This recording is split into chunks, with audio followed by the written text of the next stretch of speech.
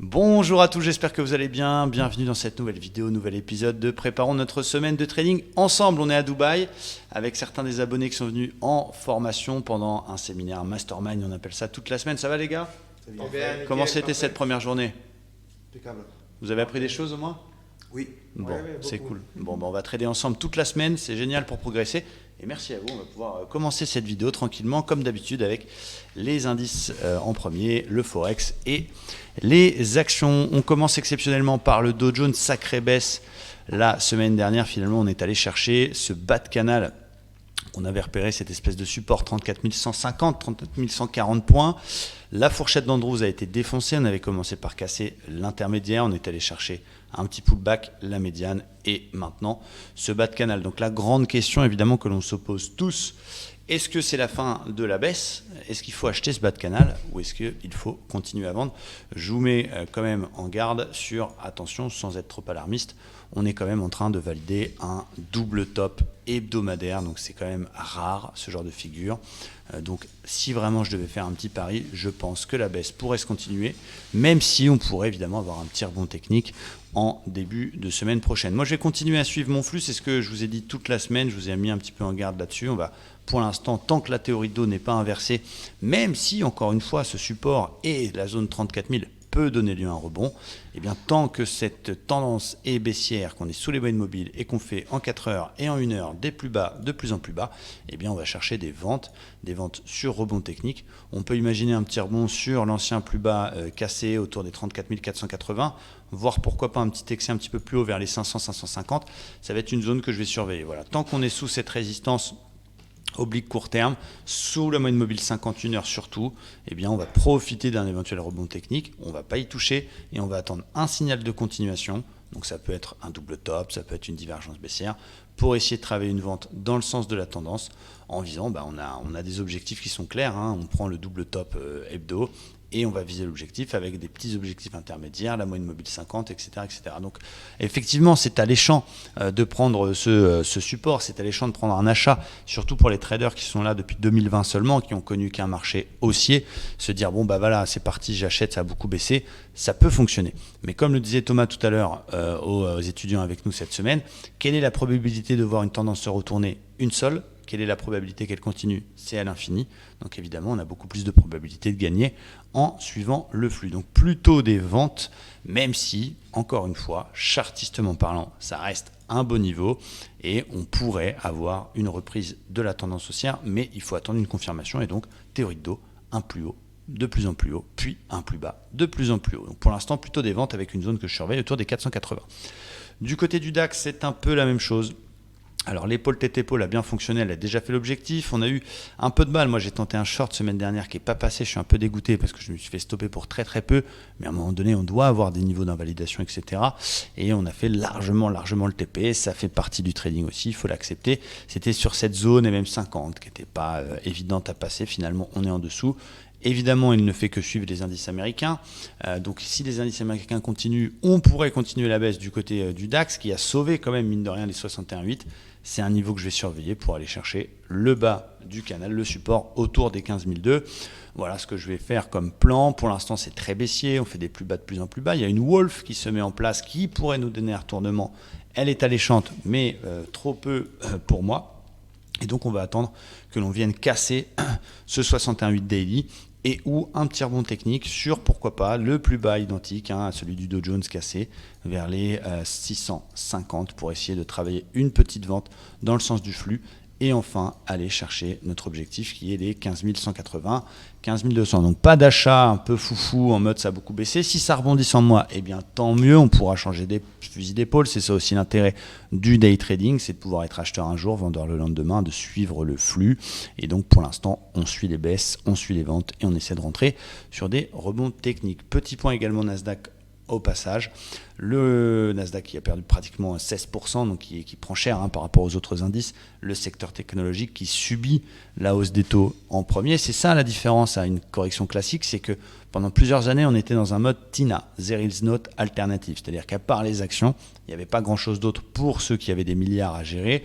Donc ils achetaient. Là aujourd'hui, la Banque centrale américaine a largement laissé planer la possibilité d'avoir 3-4 hausses de taux. Donc on a aussi des obligations qui montent. Donc là, on a de nouveau un flight to quality avec voilà, des grosses mains qui sortent des actions vers ce genre de produits obligataires. Et c'est ce qui fout le bordel. Donc maintenant, c'est pareil. C'est pas forcément probable que ça y aille en ligne droite. On est en plus sur un point bas qui est intéressant, qui est le plus bas d'octobre. On a fait tout pile poil la hauteur du range cassé. Donc je m'attends un peu comme sur le Dow Jones à peut-être un petit rebond, mais si on passe sous cette zone-là, c'est dramatique et il n'y a pas de support avant 13 000 points. Donc ce sera très intéressant la semaine prochaine. Donc plutôt vendeur encore sur les indices. Donc du coup, je ne vais pas forcément acheter beaucoup d'actions parce que ce ne serait pas très logique. On va en montrer quelques-unes en cas de reprise qui pourraient nous intéresser. On va en voir aussi quelques-unes du côté des shorts potentiels. Je vais vous montrer d'ailleurs le dernier short que j'ai pris. Et on passe tout de suite au gold. Le gold qui est dans un triangle. Ça ne bouge pas plus que ça. On est en légère hausse, mais à l'intérieur de ce triangle, on va surveiller la borne haute, la borne basse et surtout payer éventuellement une sortie par le haut de ce triangle-là. Valeur refuge, si ça continue au niveau de la baisse des indices, ce serait intéressant. Du côté du pétrole, on a à la fois une formation de vague de Wolf qui n'est pas encore totalement formée, mais aussi une résistance hebdomadaire. Regardez, qui fait le job pour l'instant, qui bloque, même si ça a l'air d'avoir envie de passer, ça devient une zone quand même relativement intéressante. Donc je vais surveiller un éventuel signal dans cette zone-là, et où le point 5 qui dépasse et réintègre la vague de Wolf. Donc on reste très très attentif au pétrole que l'on apprécie.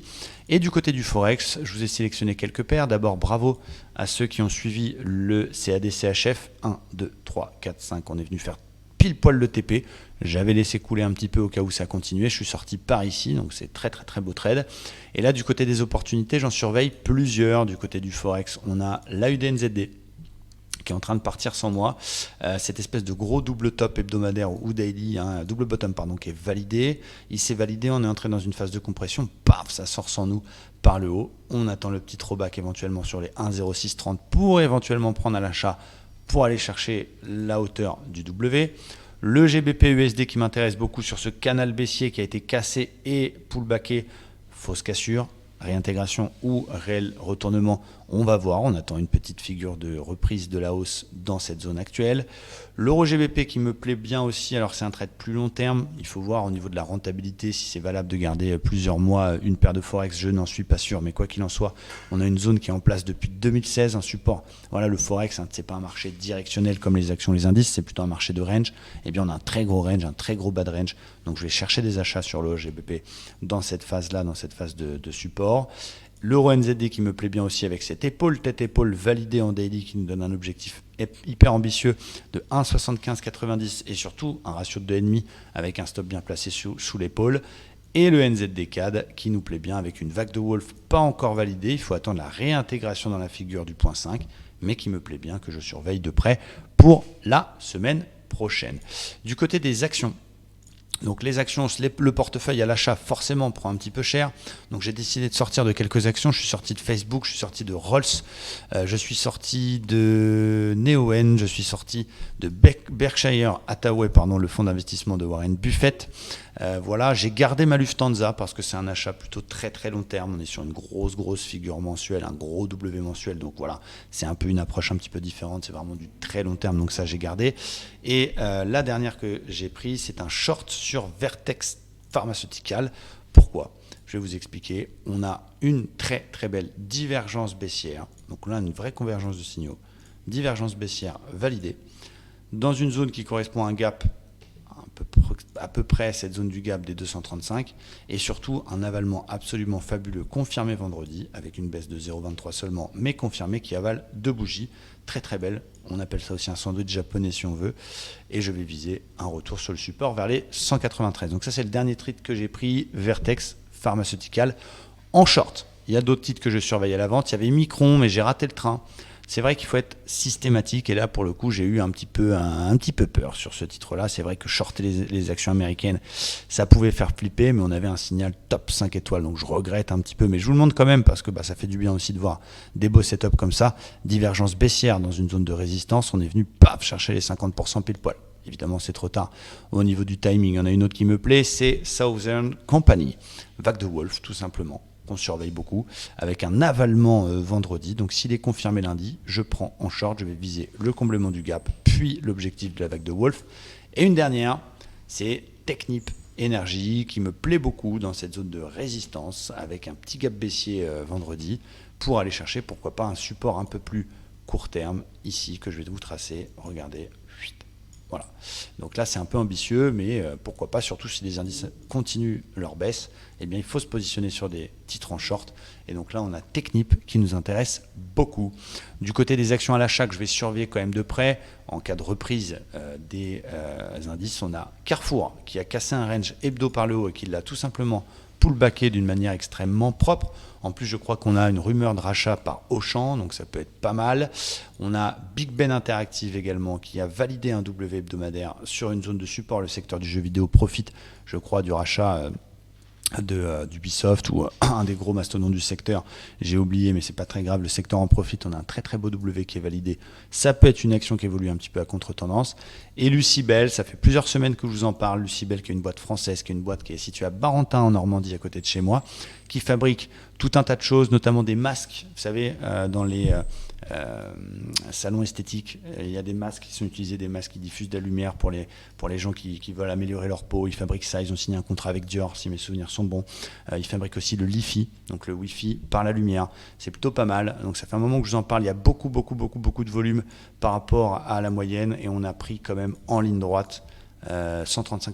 Donc bien sûr, est-ce que c'est le moment d'acheter ? Désormais, je ne suis pas forcément sûr. Il faudrait peut-être attendre un petit repli, pourquoi pas au plus proche des 1,18. Mais c'est un titre qui nous intéresse beaucoup pour un renfort. Ça fait déjà quelques années que j'en ai du Lucibel. Et donc, ça me plairait de renforcer ma ligne du côté des 1,18, 1,20. Ça va être un niveau que je vais beaucoup surveiller. Vidéo un petit peu plus courte. Encore une fois, on est à Dubaï, donc j'espère que je ne vais pas trop vite. Vous pouvez la revoir, évidemment, en plusieurs fois si vous n'avez pas complètement tout compris. Le Bitcoin, pour terminer cette vidéo. Donc le Bitcoin qui a beaucoup chuté, effectivement. Alors, toujours facile à dire, oui, il fallait vendre à 69 000. Bien évidemment, moi, je surveillais un support qui me plaisait bien, qui avait réagi vers les 40 000. Là, ça ne me plaît pas, cette baisse, ça ne me plaît pas. Il y a du volume. Il pourrait aller chercher la zone un peu plus basse, vers les 30 000 $. Et c'est cette zone-là qui va décider pour moi de l'avenir.